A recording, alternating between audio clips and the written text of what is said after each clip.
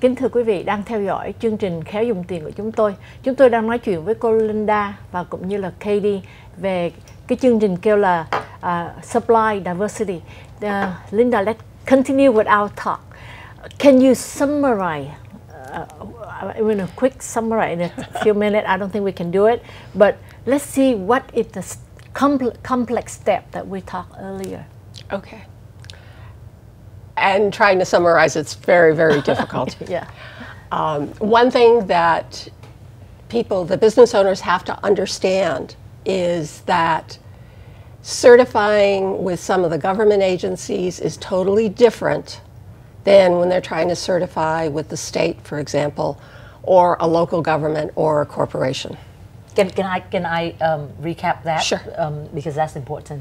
Kính thưa quý vị, thì cái câu hỏi của chị Ngọc Tịnh là làm sao để mà cô Linda có thể tóm gọn lại? Thực sự là không tóm gọn được, là tại vì nó rất là phức tạp. Thì cô Linda có nói việc đầu tiên đó là quý vị phải biết rằng khi mà mình apply cho federal, cho chính phủ liên bang thì nó sẽ khác chính phủ tiểu bang và chính phủ của thành phố, quận hạt. Thì cái đó là cái đầu tiên, là những cái mà rất là khác biệt. Mình không có thể nào nói rằng là mình apply cho một cái là mình qualify cho tất cả. Cái đó không đúng. Của Tình Đạt mới nói vậy. Yeah. I think the first thing that any business, if they're thinking about expanding their business and doing government contracting or corporate contracting, is they need to step back and they need to look at themselves. Are they ready? And in future weeks, we'll talk about some of the things that a business needs to look at to make sure that they're ready. Because obviously, government agencies, corporations, they want to do business with those businesses that are secure, that are going to be able to deliver. Because it's critical obviously for the agency to be able to get the product or service that they're purchasing. Okay, I should take that. Này, quý vị, thì cô Linda nhấn mạnh một lần nữa rằng là khi mà quý vị muốn chuẩn bị những cái bước để mà apply và được chấp nhận để mà làm business với lại chính phủ, thì việc đầu tiên là mình phải lùi vài bước để mình xem rằng là mình có chuẩn bị không, mình chuẩn bị từ mình có sẵn sàng không, không phải chỉ là cái vấn đề tài chính mà cái vấn đề mình có thể mang được những cái dịch vụ của mình hoặc là những cái sản phẩm của mình đến cho chính phủ mà không, bởi vì thật sự họ cũng rất là muốn làm việc với mình, nhưng mà mình phải đảm bảo được với họ rằng là mình phải mang đến những cái dịch vụ cũng giống như những cái công ty lớn, những công ty của những nước khác. Dạ. Cho nên là cái mà cô Linda muốn nhắc, tại vì vài tuần tới đây đó thì chúng tôi sẽ đi vào thêm chi tiết những cái gì mà quý vị cần thiết, nhưng mà bây giờ để chị Ngọc Tịnh hỏi rằng là để summarize quickly, nhanh chóng, để mà cái gì để chuẩn bị, thì cô Linda có nói rằng là cái vấn đề là mình sẽ phải quay lại mình trước khi mình apply, thì mình phải chuẩn bị tất cả những cái bước bên phía mình, công ty của mình trước. Yeah. Okay. Then we had to prepare, but what we should prepare? Well, even before you start to prepare, you need to do your research.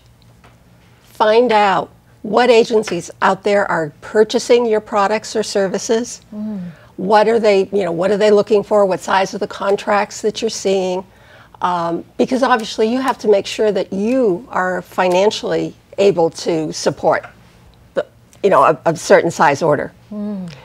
If the average order that you have is maybe, say, $50,000, bidding on $1 million contract doesn't make sense. True. So again, you do the research. Once you find out what agencies are purchasing your products, then you need to look at their certification programs, because they're all going to be different. Some, honestly, some are simple as anything. It's just a quick, straight registration. And we can help with that, or somebody can just work through it. It's just a matter of going on and working through it. And then others, they're horrendous. It's as simple as that. We're talking hundreds of pages of documentation, narratives.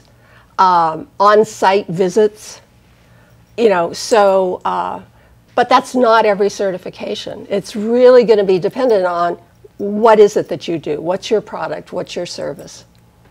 Can you capture that? I will, I try.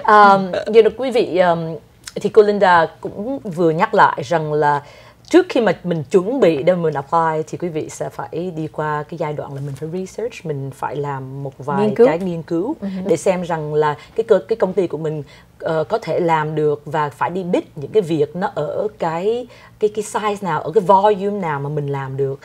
Cô có nhấn mạnh là ví dụ như xưa nay mình có tài chính để mình support một cái lô hàng 50.000 đô thì không có thể nào mình lại đi tìm và đi bid, đi đấu thầu một cái kiện hàng mà họ cần cả nửa triệu hoặc là 1 triệu đô, đúng không quý vị? Thì tất cả những cái đó nó sẽ rơi vào tay của quý vị rằng là cái nào nó thích hợp cho công ty của mình, và cái văn phòng chính phủ đó mà mình muốn apply đó thì họ cần cái gì trong việc certification.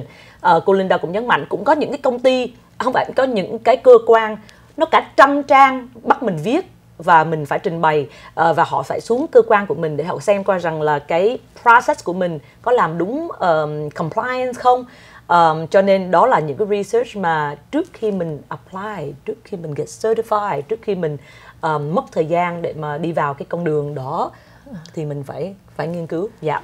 Let me have a question that I think is that the same question that a lot of people may ask. Is that each company they have to have a certification separately for each project, or just one certification that they can apply for every company? It depends. Unfortunately, as I said, there's never one straight answer, and that's where people get so frustrated. Yeah. If we're talking, say you want to do business with corporations, there's a certification for minority-owned business, there's a certification for women-owned business.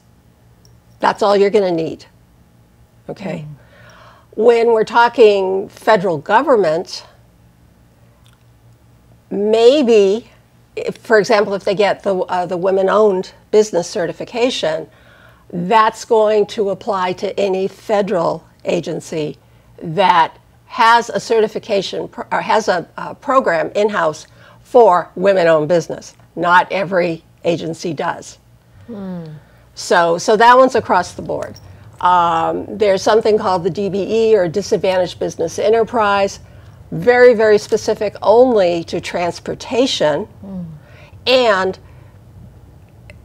that one's a little tricky because it's a federal certification, but it's administered by the state's transportation authority.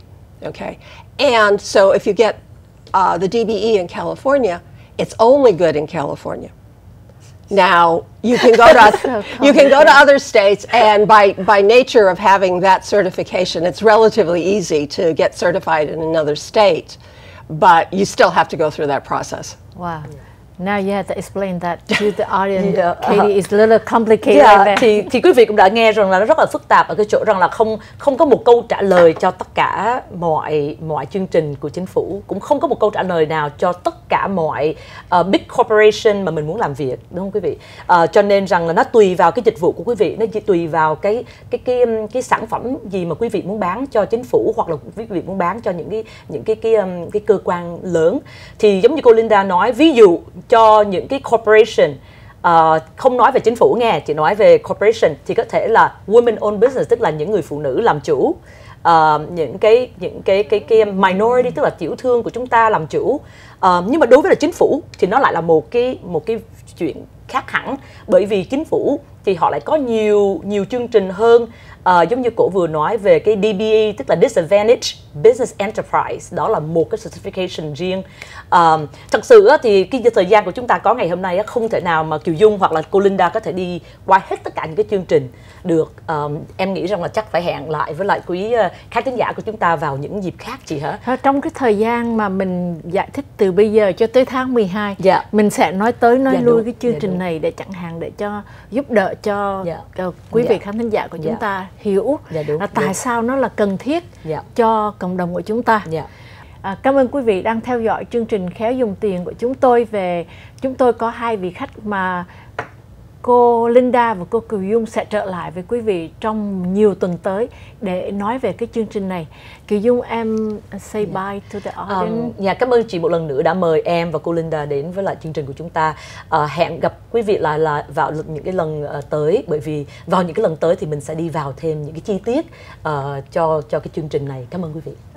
Linda, you want to say something? We will look forward to having the opportunity to share some information over the next several weeks, and hopefully we'll make this easier and help you find some opportunities that you don't have right now. Kính chào quý vị.